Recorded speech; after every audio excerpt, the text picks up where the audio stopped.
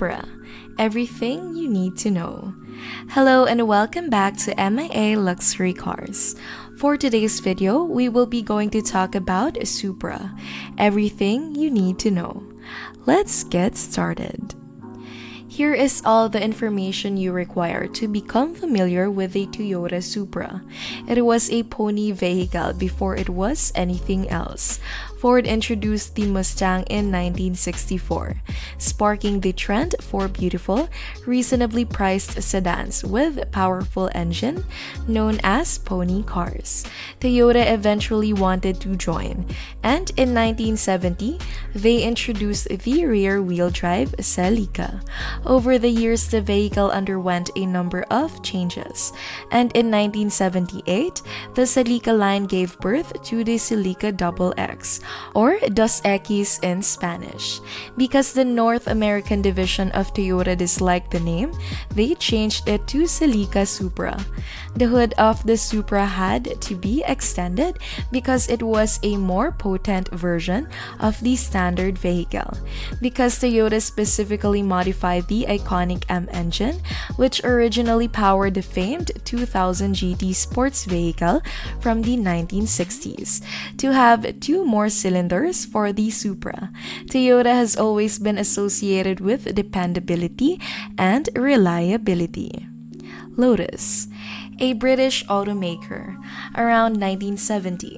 Additionally, you always get quality when you combine the terms British with 1970s in a phrase. As a result, Toyota Supras became even more spectacular, while Lotus XLs receives less defective parts. The end product was a car that was thanks to Toyota's engineering brilliance, Lotus's high-speed competence, and a new six-cylinder engine. Not fantastic, not awful. But kudos for trying.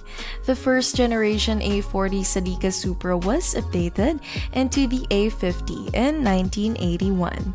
For some reason, no one in the US liked the moniker A50, so American media simply began referring to EMMK2s as such. America, we do as we please. Toyota never adopted this nomenclature, but the trend gained on, and today the majority of people use the mark to identify a Supra. Otherwise, the A50 merely followed the action, and it was exactly like the first automobile. Then in 1986, the Supra finally had a chance to unleash itself. Toyota divided the Celica and the Supra into various lines as they altered the design once more. This was the A70, or the MK3 as everyone else referred to it, and it had an upgraded M engine. But due of its significant weight gain, you couldn't really tell. 500 kilograms. In 1987, someone at Toyota slapped a turbocharger on the engine, creating the 7M GTE, a legend, the very last and very best of a great engine series dating back to the 60s. So with the increased weight, the MK3 at first really wasn't that much better than the MK2. The 7M Turbo, an inline-six with 230 horsepower, was so impressive that someone else at Toyota decided to rebrand the vehicle as a new variation called the Supra Turbo. And at this point, the Supra started living up to its name. Because of its integrated rear spoiler and high speed, the Supra Turbo appeared to be something out of Star Wars. The Supra became a car you wanted all of a sudden. The MK3 eventually took on its final shape in 1992. The 1JZ is a brand new high-performance inline-six for sports automobiles. It quickly overcame the outdated engine and produced the fastest and greatest Supra of this era. The Supra was no longer merely "this was it," the peak, the pinnacle of what Toyota could do. When the twin-turbo R, a tweaked version of this, was released, there is nothing better than this. the new Supra eschews the boxy appearance of the 1970s and aimed for a sleek, sensual blend of aerodynamics and fantastic when it was first unveiled in 1993. The A80, also known as the MK4, it was more potent than the previous vehicle. Additionally, Toyota body shamed it to lose weight, for a loss of almost 200 pounds overall. The previously impressive Supra was much better now, and it was lighter and more potent. Additionally, the MK4 Supra was the world's slowest vehicle. The Supra had the most potent brakes and the shortest stopping distance of any production vehicle between 1997 and 2004, according to Car and Driver magazine. 7 years then. The 2JZ. Have you heard of it? One of the best engines ever. Almost.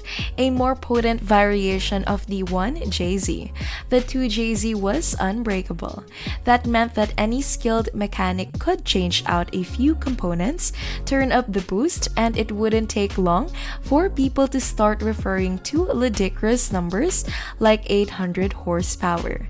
For comparison, Ayrton Senna's Formula One vehicle from the year had a 710 horsepower rating. Few engines have ever been produced that were as simple to alter and tune as the 2JZ. It had a powerful engine, improved turbos, and Toyota's first 6-speed transmission. It also had 4 seats, a 4-door body, and an appealing exterior. And it was trustworthy. Due to Toyota, the most recent Supra was undeniably the best. At half the price, it could compete with the Porsches and Aston Martins of its era. It became a movie star because of its immense fame.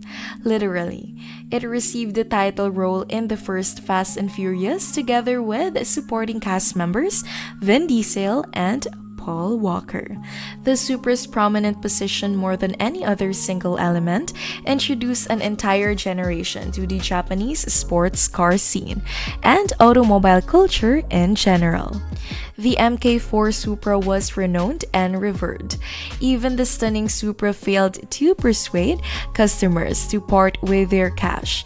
Toyota stopped selling the Supra globally in 2002 after pulling it off American showroom floors in 1998. Just too good for this world was the Supra, but a select few people have managed to preserve the dream over time.